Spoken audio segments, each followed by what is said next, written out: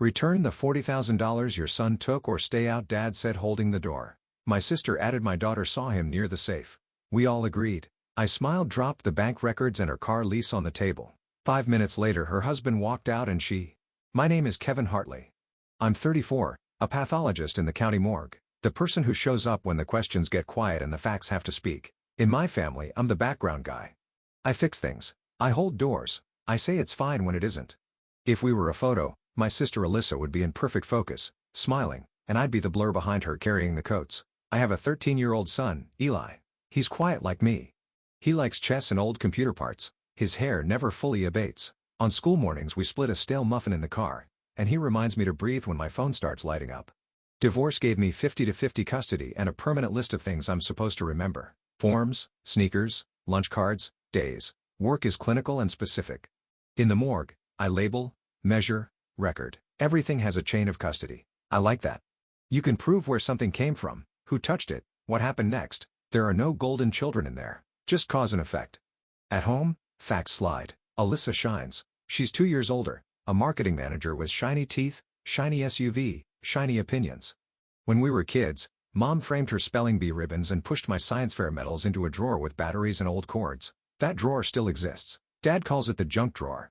I learned to laugh when he said it, like I agreed the things I worked for were miscellaneous. I'm not bitter, at least that's what I told myself. I worked nights, paid down debts that weren't mine, took my turn, then took the turns my sister skipped. She called me Kevy when she wanted something, like I was 6 and she was being cute. It always worked. Sunday dinners stayed a thing even after my marriage didn't. Mom did roast with carrots. Dad played referee with a beer. Alyssa showed up late and loud. I arrived with paper towels, salad, and the knowledge I would leave with someone's list. That Sunday, the air felt stiff as I walked up their driveway with Eli. The oak tree threw long shadows over the minivan. My stomach nodded for reasons I couldn't name. Eli nudged me. You okay? Yeah, I lied. Let's just smile. We stepped inside. Mom barely looked up. Alyssa stood in the kitchen, arms crossed, lips pressed, posture dialed to courtroom. Her husband, Brad, hovered like a personal bailiff. Their daughter, Kendall, 9, swung her legs at the bar stool, watching all of us like TV. Dad didn't sit. He stood in the doorway to the living room, one hand on the frame like a bouncer. Return the $40,000 your son took or stay out, he said, holding the door. Eli sucked in a breath. I blinked. It didn't compute. I heard the words like a radio from another room. Alyssa added, my daughter saw him near the safe. We all agreed. I looked at Eli. He went pale. In my head I grabbed for a clipboard and couldn't find one. No chain of custody, just an accusation thrown like a brick. Dad? I said slowly. What's safe? Mom wiped a clean spot on an already clean counter. Don't make this harder, Kevin. Kendall swung her legs faster. She didn't meet my eyes. Brad sniffed, like he smelled something burning. Eli whispered. I didn't. Not here. I told him, my voice shaking. We stood in the doorway, half in, half out, like a test. The house smelled like roast and lemon cleaner and something cheap. Fear, maybe, or the sick sweetness of someone's lie. Say you'll bring it back, Alyssa said, bright and firm, like closing a sale. Then we can eat. I didn't answer. 1,000 small memories started rising in my throat, heavy as sand. From the living room, Aunt Marie's voice drifted out. He always was a strange one. The first trigger wasn't the dollar amount. It was that line, flat, casual, like I'd been a problem for years and everyone had just been waiting to say it out loud. The safe wasn't new. Dad kept one in the bedroom closet behind the flannels, a black box with a keypad and a key for just in case. It held passports, bonds, the title to the house, Mom's ring when she used too much lotion and claimed it might slip off, and cash. Always cash. Banks fail, Dad said. Cash doesn't. He loved telling the story of the time his bank put a hold on his paycheck. 14 days, he'd say, like the number had personally insulted him. Never again. So he kept envelopes in the safe. He wrote dates on them. He showed Alyssa the inside like it was a museum. He never showed me. I learned to stand in the hall and not look like I was looking. Over the years, money left the safe quietly for Alyssa's emergencies. The daycare messed up. Brad's job is in transition. The SUV tires were a surprise. Mom would say it was temporary, then lay out dessert. Dad would grumble so he wouldn't look soft. I'd drive home with leftovers and wonder how to cover my own rent. I picked up extra shifts. I said no to vacations. I said yes to, I'll pay you back Friday. Even when I knew Friday was a fairy tale. My ex called me predictable and safe, which sounded like a complaint. She left with a man who called himself a fixer. He fixed nothing. I fixed the custody schedule and Eli's trust in adults. Alyssa liked to call me frugal and laugh, like I was a sitcom character who kept receipts in a jar. The truth was less cute. My checking account had a permanent bruise. I had one suit for court, 2 shirts for work, and a system of rods in my closet like a lab: blue, gray, black. It wasn't an aesthetic, it was triage. The humiliations were small and constant. Kev, can you Venmo me $60? Kev, can you pick up Kendall? We're swamped. Kev, can you talk to Dad? He's being stubborn about the roof. I said yes. Every yes made the next yes easier to demand. When Eli was 10, he asked why we didn't have a fun fund, like Kendall's family. I told him the truth. We were building slowly. I could feel my face heat with the shame of being honest. He patted my arm. Okay, he said. We can still make pancakes. I watched my sister buy a new car with a bow on it. I watched Dad slip her an envelope and say, "Don't tell your mother." I watched Brad drink craft beer and explain startups and use words like burn rate while he burned through other people's patience. He called me Doc, but he said it like a joke, like I was a guy with a hobby. Kev, you're so lucky. Alyssa said once, "You don't have to care what you wear." It sounded like a compliment, but felt like a gentle kind of erasure. When Kendall turned 9, Alyssa threw a party with a rented unicorn and a balloon arch that scraped the ceiling. Eli and I stood by the cooler. "Could we get pizza after?" he asked. I checked my account and did the math. We could. We would. I put my hands on his shoulders and felt the bones. He was growing. Growth costs money. Growth is relentless. 2 months before the Sunday dinner, Alyssa called me crying. "We're drowning," she said. "Brad's equity won't vest until Q4. We made a bridge loan from Dad's safe, and he's being a jerk about it." I pressed the phone between shoulder and cheek while I scraped a tray in the morgue. "There are calls you can't pause. Can you talk to him? You're good with him." "I'm good at not yelling," I said. "That's not the same." "Please," she said. "Just smooth it." "I'll square with you." I smoothed it. I sat with Dad on the porch and listened to him explain that this wasn't how he was raised. That his father would have thrown him out. That he wasn't raising a pack of beggars. I nodded and reminded him Alyssa was stressed. He fumed and then softened and then fished for the key to the safe like he always did. "Just this once," he said, which meant not just this once. And now, on that Sunday, he stood with his hand on the door and told me to return $40,000 my son allegedly took. The accusation landed like a slap because it made no sense in our world. My son didn't go into their room without permission. He didn't touch things that weren't his. He said, "Sir," to Dad, even when Dad was wrong. They picked him because he was defenseless. Because he was mine. Because if I was the blur, then my kid was the ghost behind the blur. Easier to blame than stop the bleeding. "Where did you get $40,000? I asked. "Calm. Because calm was the only card I ever held. Don't play dumb." Alyssa snapped. "Dad counted it last week. Today it's gone." "Who has the key?" I said. "We all do," she said. And then she realized what she'd said and backpedaled. Dad keeps it, but we know where it is." "That's not the point. Did you call the police?" I asked. Mom made a face like I'd farted in church. "This is family, right? Family means no police. No paperwork. No chain of custody. Just consensus. Family means we all agreed. Counts as evidence. Family means kindles." I saw Eli near the closet. Trumped Eli's. I didn't do it. Because Kindle is a certified witness and Eli is the boy who fixes old laptop chargers and keeps to himself. I looked at Eli. His mouth trembled. He didn't cry. He just looked wounded in a way that would scab over wrong if I let it. Something in me started to harden. It wasn't anger. Not exactly. It was resolve. I've seen bones callous around breaks. It felt like that. "Okay," I said. "We're leaving." Dad's jaw ticked. "You come back with the money." Alyssa smiled like she'd won. "This doesn't have to be dramatic, Kev." As I turned, Aunt Marie's voice followed me out again. Sugar-coated and sharp. He was always different. I drove Eli home in silence. At a red light, he said, "Chess after dinner. Like normal might still be available if we just asked for it quietly." "Yes," I said, "but first I'm going to do something." "What?" I gripped the wheel. "I'm going to collect the facts." The big scene wasn't a holiday. It was 2 nights later at Dad and Mom's because Alyssa texted a deadline like a debt collector. "Wednesday 7 p.m. We need resolution." She sent a group text.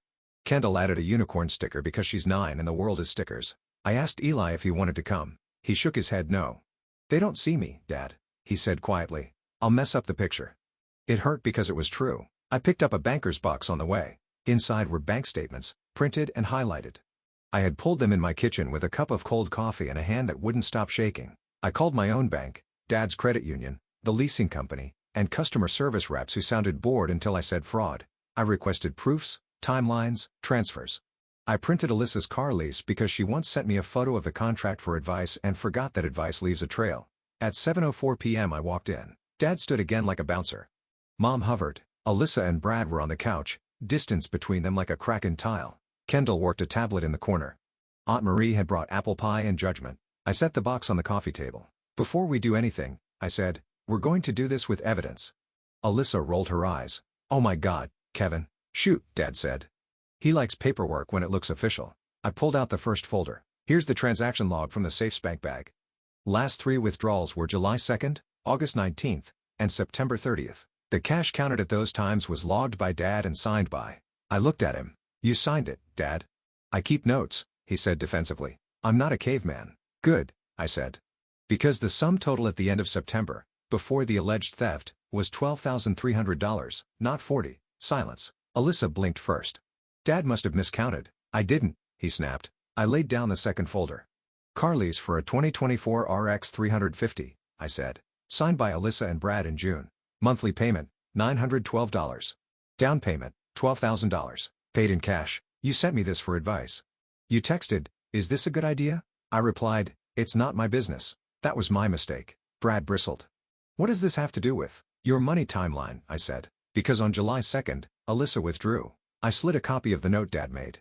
$10,000 from the safe. I held up the July statement from Dad's credit union showing a cash deposit of the same amount into Alyssa's account. Then on August 19th, $5,000.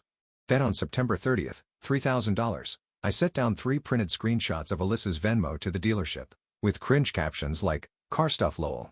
Mom's mouth opened, closed. She looked small. Alyssa stood up.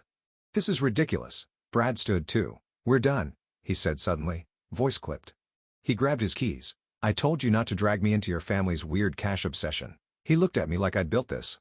You people are insane. He walked out, the door thudding behind him. Kendall flinched. The tablet screen timed out. Alyssa's hands shook. Wait, she said weakly. Brad. She took a step toward the door and then stopped, trapped by the room. I breathed. My heart didn't race. It felt like it slowed, like the body does when it's ready to do surgery. I reached for the last folder. There's also the security camera. Dad frowned. We don't have a camera. You do, I said calmly. Remember when the neighbor's kid was sneaking into your garage for the bike pump? You installed a motion cam in the hallway by your bedroom door. You forgot about it because the notifications annoyed you. But the app didn't forget. I turned my phone around. A still frame. Alyssa, on September 30th, at 2:18 p.m., stepping out of the bedroom, envelope in hand. Time-stamped. The angle was unflattering. Truth often is. Alyssa's chin trembled. That was for Mom's ring cleaning. The envelope was labeled emergency. I said, you took it. You texted me that night. I pulled the final printout. Can you spot me $200 for Kendall's art camp? We're tight this month. Dad sank down. The beer in his hand looked heavy. So no, I said voice low. Eli didn't take $40,000. There wasn't $40,000 in there to take. You took it in chunks and didn't keep track, and when Dad counted and panicked, you pointed at my son. Aunt Marie made a small sound, like a kettle finally clicking off. Well, she said. I looked at each of them. This isn't about revenge, I said. This is about closure. You're not going to say Eli's name that way again. You're not going to make me the junk drawer for your mistakes. The next time money goes missing, you can call the police like people do when they think a crime occurred. But you won't call me, and you won't blame my kid. Alyssa whispered. I'm sorry, but it sounded like a word she'd never had to use for real. I shook my head. Not to me. To him. Mom started to cry softly. Dad stared at the camera still on my phone like it had betrayed him personally. I put the folders back in the box. We're done here, I said. If you want to speak to me again, you can start with an apology to Eli and a written agreement about that safe. Chain of custody. Key control. Signatures. If that sounds cold, remember who made it necessary. No one stopped me. No one called after me. The only voice that followed was Alyssa's, small and breaking. Brad? She called to the hallway. But the house held its breath and did not answer. They tried to rewind it the next day. People always try to rewind after someone hit stop. At 8:12 a.m., Mom called. I let it ring out. At 8:14, she texted. Breakfast. At 8:20, you're being dramatic. At 9:03, Alyssa is fragile. At 9:50, a photo of the roast leftovers. The messages stacked like coupons I wouldn't use. Dad waited till evening. Come over. We'll sort it out. Don't be stupid. I sat at our kitchen table with Eli and a list of things to buy. Milk, detergent. A birthday card for a classmate named Liam. Eli tapped a pawn against the board. Do you think they'll say sorry? He asked. I don't know, I said, but we're going to stop standing in doorways waiting for permission. He moved his pawn. Check, he said, shy smile peeking. We built routines that didn't have them at the center. It felt both wrong and clean, like finally rearranging a kitchen drawer and throwing out the bent forks. I changed our grocery day. We ate breakfast at the diner on Wednesdays because it used to be Sunday with my parents. And we needed a new anchor. The waitress learned Eli's order. Scrambled eggs, sourdough, hot chocolate. She called him professor because of his glasses. He glowed. At work, I was steadier than usual. I stopped checking my phone between cases. I stopped answering calls I didn't want to answer. My coworkers noticed I wasn't the guy who will cover a shift no questions. It felt like heresy. It felt like oxygen. Alyssa's text toggled between apology and attack. The way a person toggles between hot and cold water when they don't know the mix. I was stressed. You blindsided me. Family shouldn't air dirty laundry. You humiliated me. Are you happy? Can we just reset? We're not perfect. Then, a photo of Kendall with a crooked project and the caption, "She misses you." I stared at the gluey paper tree and felt the old tug. Kendall didn't do this. Adults did. I typed and deleted. I tried again. When you apologize to Eli, we can talk. No reply. Brad was quiet, which was loud in its own way. Through a neighbor we learned, he went to stay with a friend. Alyssa posted filtered stories about private growth and not all journeys are meant to be understood. The SUV made it into 3 of the posts, gleaming like a trophy with captions about grit.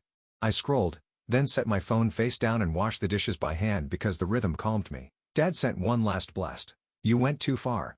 Your sister's marriage is none of your business. I stared at the screen. I pictured the doorframe and his hand on it, gatekeeping dignity. I was tired. Eli's name is my business. I typed. Your safe is your business. Keep it that way. A week passed. 2. The calls thinned. When Mom texted, it was practical. Aunt Jean's birthday is Saturday. Like we could pretend nothing split. We didn't go. Eli and I played chess on the porch and listened to the neighbor mow his lawn. The sun slid across our building like it always did whether we were in or out of anybody's favor. Then the knock. Saturday 4 p.m. I opened the door to Alyssa on my mat. Hair messy, eyes rimmed red. No glitter. No script. She held a grocery bag like a shield. Hi, she said. Can I come in? Eli looked at me from the couch. I nodded and he slipped to his room, closing the door with soft loyalty. Alyssa stood in my kitchen, clutching the bag. I brought muffins, she said, like she'd stolen the idea of kindness from a movie. I waited. Silence sat with us. She crumpled first. I messed up, she said, voice breaking. I panicked about the money and I used Kindle and I blamed Eli. Because I knew you'd fix it and I hate myself. Brad? She swallowed. Brad left. He says I make everything someone else's fault. He says I never learned to carry my own weight. He says I'm cruel. I thought he was being dramatic. Now I think he might be right. I let it sit. I didn't hug her. I held the moment steady like a tech holds a light. I need you to apologize to Eli, I said. Specific. No if. No but. She nodded. Quick. I will. I already told Kendall we were wrong. She cried. I told her grown-ups get it wrong big sometimes. She asked if we're bad people. I didn't know what to say. You say we did a bad thing, I said, and then you show her how you fix it. Alyssa wiped her eyes. Dad won't talk to me. He says I embarrassed him. That's not my part, I said. You and Dad have your own drawer to open. She managed a wet laugh. You and your drawers, they're useful, I said softly. We called Eli out. Alyssa turned to him, hands shaking, and did the thing I asked. No ifs, no buts. I'm sorry, Eli. I lied about you. I knew it wasn't true. And I said it anyway because it made my life easier for a minute. That was wrong. I will never do that again. Eli looked at her for a long time. He's 13 and carries a scale in his chest that weighs what people say. He nodded once. Okay, he said. It wasn't forgiveness exactly. It was a receipt. After Alyssa left, the messages from Dad changed tone. Shorter. Your sister came crying. You made a spectacle. We don't do police. The undertone was always the same. Keep the door where I want it. I wrote back once. Boundaries aren't spectacles. They're rules. He didn't respond. On Sunday at 6 p.m., my phone lit with missed calls. Mom. Dad. Aunt Marie. Then one last text from Mom. We're eating. Your plate is here. I stared at it. My palm itched with the old reflex to jump when summoned. I set the phone down. Eli and I went to the diner. The waitress brought hot chocolate and winked at his chess set. On the TV above the counter, a game played to a loud room. People cheered for people who couldn't hear them. Eli said, You ever think about how many people shout at a screen expecting it to help? I laughed into my coffee, and it felt like a full breath. The next week, Dad called to say he'd installed a new safe. Different code. No spare key under the flannel. Sign-in sheet, too. He grunted, like I'd forced him into paperwork jail. Good, I said. Treat it like it matters. He paused. You always think you're better than us, he said. I never did, I said quietly. I just stopped letting you be worse to me. He hung up. There were losses. Family chat got quieter. Invitations stopped arriving with emojis and started arriving with formal times, as if we were neighbors. Aunt Marie posted a meme about ungrateful children. I didn't get tagged. At first the silence hurt. Then it felt like a room with a window propped open. Air moved. We built our life with small choices. Eli joined a school chess club, and I volunteered to drive 2 kids home after meets because I like hearing them talk about gambits in the backseat. We went to the thrift store and found a jacket that made him stand taller. I replaced the broken desk lamp. I got my first good night's sleep in months. Every mundane fix felt like a luxury purchase. Some nights the anger bubbled. I'd think of Dad's hand on the door, and my teeth would clench. I'd picture Kendall's small voice repeating something an adult told her to say. I'd feel the unfairness flare hot and stupid, and then I'd put it back. Not revenge. I'd tell myself in the mirror, like I was rinsing after brushing. Closure. When Alyssa texted updates, Brad is still gone, we're selling the SUV, I didn't toss confetti. I said, I hope you're okay, and I meant it in the grown-up sense. Okay, as in you learn. She asked for a budget template. I sent it, and then didn't follow up. I am not a coach. I am her brother with a finite battery. The best marker of change wasn't a speech or an event. It was Tuesday night at 9:30 when I realized I hadn't thought about the safe once all day. That used to be my quiet hobby, worrying about other people's money. It was gone. I went to bed. I slept. The final scene was quiet. A Thursday in September, a month after it all broke. Mom asked to meet at the diner. No group text. She came in an old sweater, hands cupped around her mug. I miss you, she said. I miss Eli. I miss not being scared around you. Scared? I asked. Scared you'll hold up a mirror. Scared you won't make it easy. I'm not making it easy anymore, I said. I'm making it honest. She nodded. We made you the problem because you didn't yell. A tap on her cup. Your father says the sign-in sheet is dumb. He still uses it. Good. Dumb things work. He won't say sorry. I noticed. I am, she whispered. I'm sorry. Thank you. Tell Eli. Not me. Him. I will. She gave a small, pained smile. You were always different. For once it didn't cut. After she left, Eli slid into the booth. He'd been watching pancakes at the counter. Was that okay? He asked. It was. We don't need everything. Just enough.